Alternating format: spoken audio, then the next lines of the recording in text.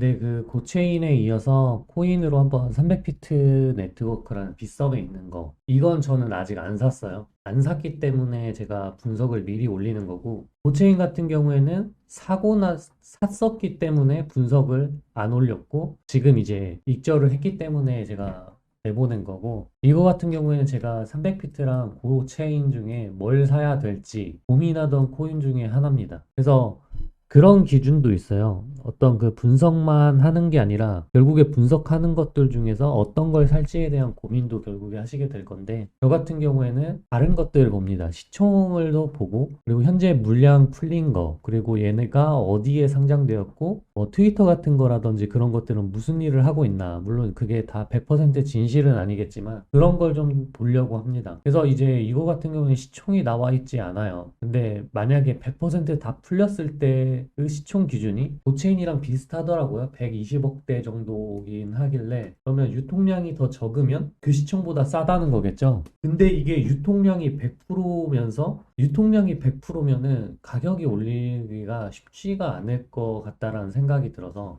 얘가 이제 유통량이 잘 안 나오는데 막 그 유통량을 다 갖고 있는 것 같거든요. 총 공급량이랑 유통 공급량이 지금 똑같은 것 같은 제가 조사를 했던 기억이 있어서 이거는 좀 한 번 펌핑도 좀 세게 했었고 이번에 과연 오를 수 있을까? 근데 고체인은 계속 내리기만 했기 때문에 펌핑을 할 수 있을 만한 가능성이 되게 크다라고 생각을 해서 저는 고체인을 선택을 했었고 이제 단순히 분석적으로만 봤을 때는 둘의 상황은 좀 비슷했어요. 그래서 제가 지금 가져오게 됐는데 우선은 똑같이 여기 있었던 고점이랑 그 다음에 나온 고점을 연결을 해보면 이런 식으로 저항선이 있습니다. 사실 이렇게 올랐을 때 익절 자리는 여기죠. 5.7원. 여기서 매수를 받았다고 하면은 익절 자리는 여기입니다. 이 올라간 거에 대해서 전혀 신경을 쓰면 안 돼요. 그래서 이번에 이 추세선이 계속 내려온다라고 치면은 저는 익절 자리의 최대 자리는 2.3원 이 정도 된다라고 좀 생각을 하고 있었던 코인이고 도중에 좀 이제 저항이 나와서 익절할 수 있다라고 하는 부분이 우선은 여기였어요. 이런 구역이었는데 이거의 꼬리 끝을 잡아본다라고 하면은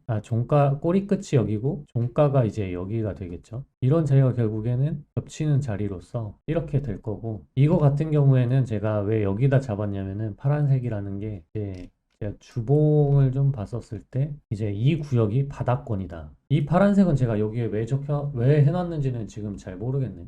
여기 구역이 빨간색으로 한다라고 하면 최저점 자리는 결국에 여길 거고 그 다음에 영역으로 좀 잡는다라고 하면은 여기 종가들 몇 퍼센트인지도 한번 체크를 해야 되거든요. 이게 10%가 넘어가면 안 좋습니다. 그래서 딱 10% 정도 되네요. 비슷하게. 이 정도 구간이 좋아요. 코인은. 그래서 이런 구역은 매수 자리가 될 수가 있다라는 거죠. 그리고 이제 여기 같은 경우에는 주봉으로 봤기 때문에 이렇게 잡을 수가 있겠네요. 주봉으로 본다면 여기는 매도 저항 자리가 될 겁니다. 날봉으로 와서 조금 타이트하게 잡아준다라고 하면은 굳이 잡을 필요도 없는 것 같아요. 이 정도 그냥 잡고 있으면 될 것 같습니다. 뭐 여기도 여기지만 여기가 있기 전에는 저는 여기도 하나 잡아놨었을 것 같아요. 반등이 나온 자리의 종가를 제가 잡으라고 했었죠. 그래서 이런 부분도 저항 자리가 될 거고 사실 이 두 구간을 같이 잡고 싶긴 한데 여기 자체가 퍼센트가 되게 높아요. 그래서 이거는 다 같이 잡기가 되게 힘들어. 그러면 이거를 잡을 때 보통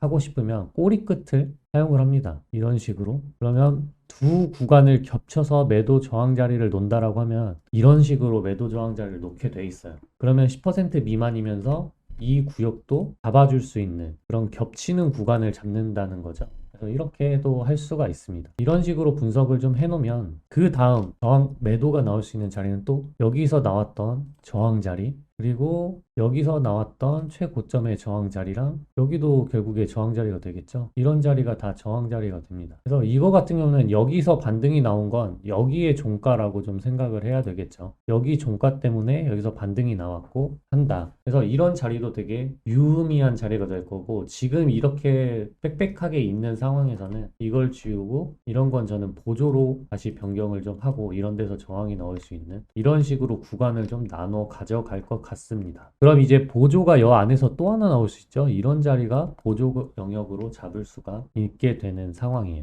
그러면 제가 이거는 크게 본 건데 이 구간에서만 본다라고 하면은 익절 자리가 사실 1차 익절 자리가 하나가 있어요. 여기도 저항 나왔던 자리 있잖아요. 이런 자리는 매우 높은 확률로 저항이 나올 가능성이 있다라고 보시면 됩니다. 그래서 이번에 이게 올라간다고 하더라도 여기서도 저항이 좀 나올 수가 있어요. 중요한 부분이 이런 자리에서 1차 익절을 하는 것도 나쁘지 않다라고 좀 생각을 합니다. 이게 잠깐 고체인을 다시 한번 볼게요. 고체인 같은 경우에서도 똑같이 제가 이제 여기 기준이 아까의 고점 종가죠. 그 부분이 결국에 여긴 거고 그 위에 하나가 더 있는 것도 사실 이거 이전에 여기에 있습니다. 내려오던 추세선의 상단 여기서 저항이 나올 수도 있었어요. 이런 자리도 다음에 나올 수 있는 보조선으로 좀 쓸 수도 있다. 여기서 저항이 나올 것이다 라고 판단을 좀 하는 거죠. 이 미드 추세선 점점점 선에서 저항이 나왔던 것처럼 제가 여기서 팔았다고 했잖아요. 한번 그런 부분에서 팔게 되는 이유가 보조선입니다. 이런 자리 점점점 매일 가격이 바뀌죠. 이건 내려오는 추세선이라서 그래서 그걸 실시간으로 보고 대응을 하는 거죠.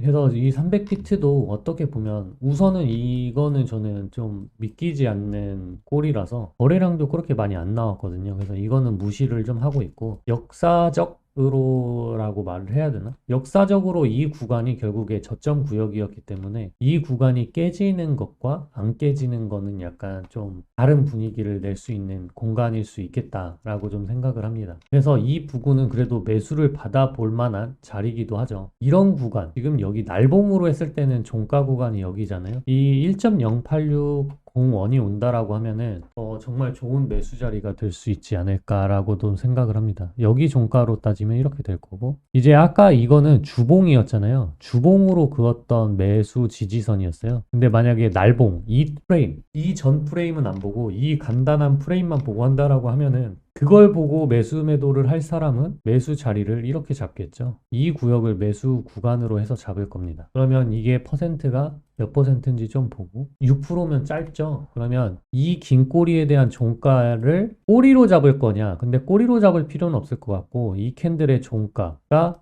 여기로 와 있잖아요. 이 캔들도 되게 중요한 모양의 캔들이기 때문에 이런 식으로 잡아서 영역을 잡을 수도 있다. 이거는 보는 시점에 따라서 다른 거예요. 주봉으로 볼 거냐? 날봉으로 이 정도 프레임을 볼 거냐. 이 사람은 이런 익절을 절대 보지 않겠죠. 이런 익절을 절대 보지 않을 거고 이 프레임만 보고 했기 때문에 익절을 하면 40% 정도에서 50% 이상 매도를 하고 나머지는 60% 이렇게 좀 지켜보는 트레이더가 되겠죠. 그래서 이것도 똑같이 다른 분석 없이 지지저항 추세선을 가지고 똑같이 분석을 할 수 있다. 이것도 고체인처럼 뭔가 바닥을 다지고 있기 때문에 깨지지 않는다, 깨진다라는 거는 사실 몰라요. 깨지면 손절을 하면 되는 거고 안 깨지면은 들고 가면서 익절을 하면 되는 부분인 거고 그거는에 대한 기준이 분석입니다. 피트는 이렇게 또 분석을 할 수 있다라는 거를 보여드리려고 가져왔어요. 그러면 이제 주식 방송으로 좀 넘어가 봐야 하기 때문에 코인은 이렇게 두 개 해서 마무리를 좀 짓도록 하겠습니다.